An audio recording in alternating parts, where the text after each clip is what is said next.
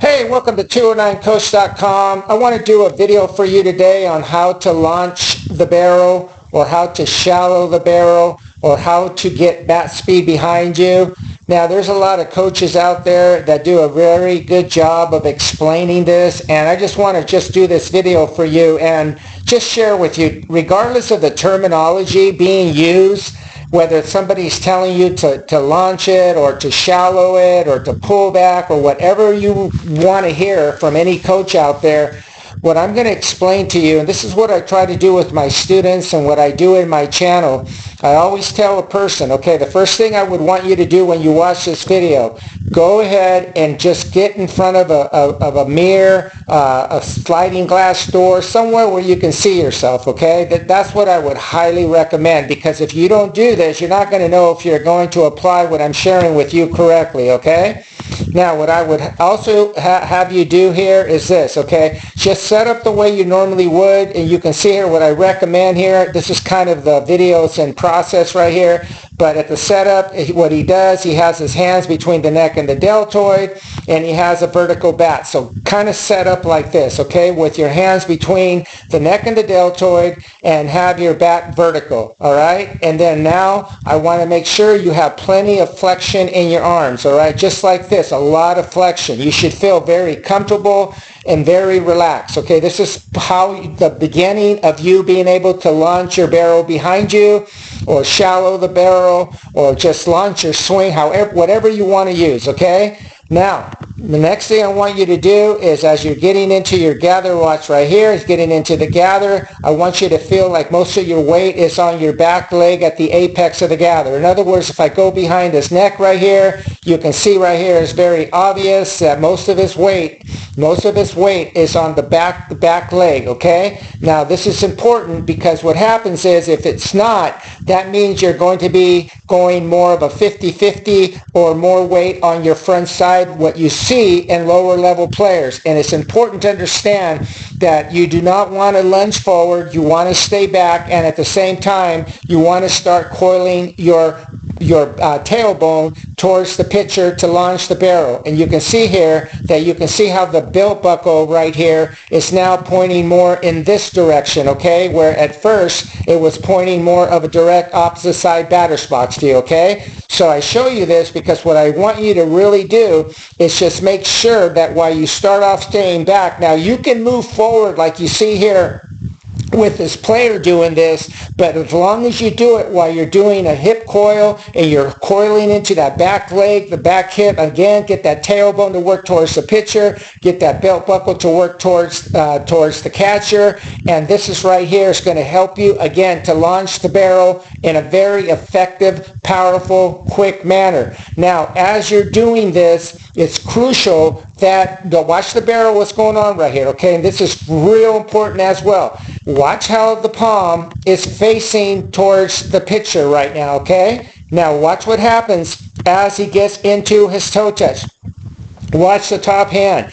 Watch what happens here. As he gets into his toe touch, he's coiling the back hip, and now he's applying pullback. He's applying pullback. Now what I do, I call this spilling the cup. Now you can see that his palm, it's very obvious that his palm is facing in front of home plate. Now this will give you kind of a cue or give you some kind of something to think about if you are not used to doing this. What this will do, it'll allow from your elbow to be down, to be working up, back, and behind you. So with the top hand, you're going from facing the pitcher, pulling back as the palm is facing down. And as you're doing this in front of the mirror, I want you to feel like your top hand is pulling back. It's not anything abrupt. From 1 to 10, it's felt like a 2 or a 3. You're not doing anything abrupt. You're just pulling back as you're getting to toe touch, okay? Now again, stop at toe touch, and what I want you to do when you're looking in the mirror, I want you to feel like you have a shoulder to elbow look, okay? So in other words, your shoulder, all right, your shoulder and the top of your elbow right here should all be in one line.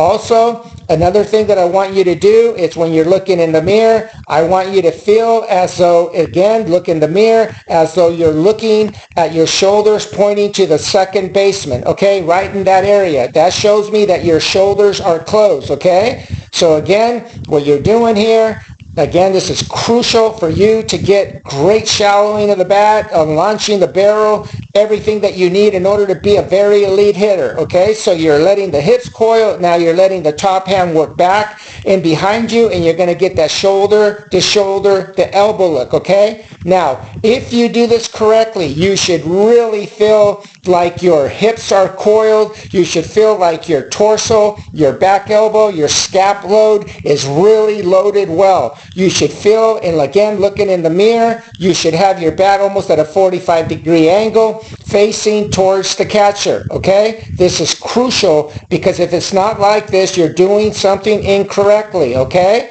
Now, again, this is something that you should do in front of a mirror very slowly and very methodically. It should be applied in super smooth tempo, just like you see in this video right here. I would highly recommend for you just to hover that front leg forward, stay back as much as you can, coil the hips, let that back elbow work up, back and behind you. Now to the launch of the barrel, to the shallowing of the barrel, whatever you want to call it, okay? Many coaches use different terminology. I cannot emphasize this enough. Don't get caught up in terminology. Get caught up on applying this yourself, and whatever you want to call it whatever you want, but this is how you do it.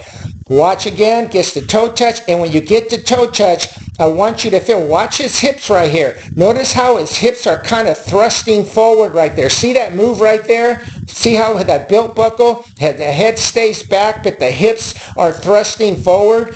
Try to do this as you're still keeping your hands up and maintaining the pullback. Again, watch the hips. They're thrusting forward as the head stays back. Now, as you're doing this hip thrust, okay, again, the hips are moving in this direction, okay, towards the pitcher. But now what I want you to do as you're applying this, watch what's going on here with the torso.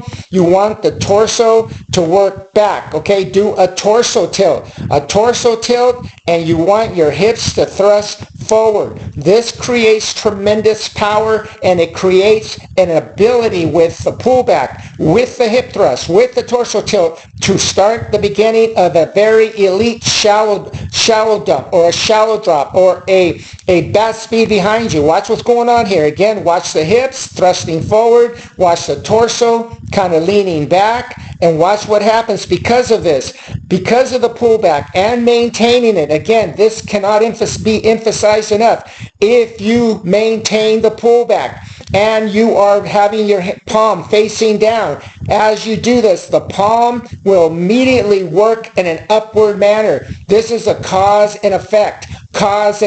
This will create what you see in players like Aaron Judge, what you see in Barry Bonds, what you see in Juan Soto, what you see with the best players in the world. Again, watch the barrel. Notice how the barrel immediately dumps or shallows behind him. Notice how the palm's facing down, facing up, facing down, facing up. Now, when you're doing this in front of the mirror, I want you to make sure just to stop right here, okay? At this stage of the swing, I want your palm to be facing up, okay? Remember, it was facing down before, and I guarantee you this. You're going to see in the mirror, just do this slowly and methodically, where your bat will be shallowing behind you in a manner like this, where you'll get tremendous bat speed behind you. Okay, I cannot emphasize this enough. Do it in front of a mirror. Now, I've done this with countless students over the years. I've worked with players at all levels, and I've taught them this, and when they do it correctly, their bat speed, their bat quickness increases tremendously. Now, once you do this and you get used to this, you can just let the barrel go. Now, I highly recommend this, and I always tell this to my students. Let the lead elbow, okay, and this should happen naturally if you're doing a torso tilt. Let the lead elbow work up to the height of the mouth like you see right here, or a little higher. Again, here is the height of the mouth. Here's the height of the elbow. Some players do it a little higher, some do it a little lower, but you want to make sure that the elbow is at least working up to the height of the mouth, and you want to maintain a barrel below the hands. This creates a swing that it is like a Ferris wheel. You will launch the ball in a manner where if the ball comes, the bat will intersect with it. Instead of rotating left and going away from the pitch, you'll get to and through it. Now, this video right here, I hope you like it. Please give me a like. Again, do this in front of a mirror. I cannot emphasize this enough. Try to stay back as much as you can, 100% of the weight in the back leg. Make sure the belt buckle is working towards the catcher. Make sure the top hand is pulling back and behind you. Maintain the pullback as you do the hip thrust, the hip thrust, the hip thrust, and do the torso tilt. This again will shallow the barrel automatically, cause and effect. All right, thank you for watching. Have a great day, everyone.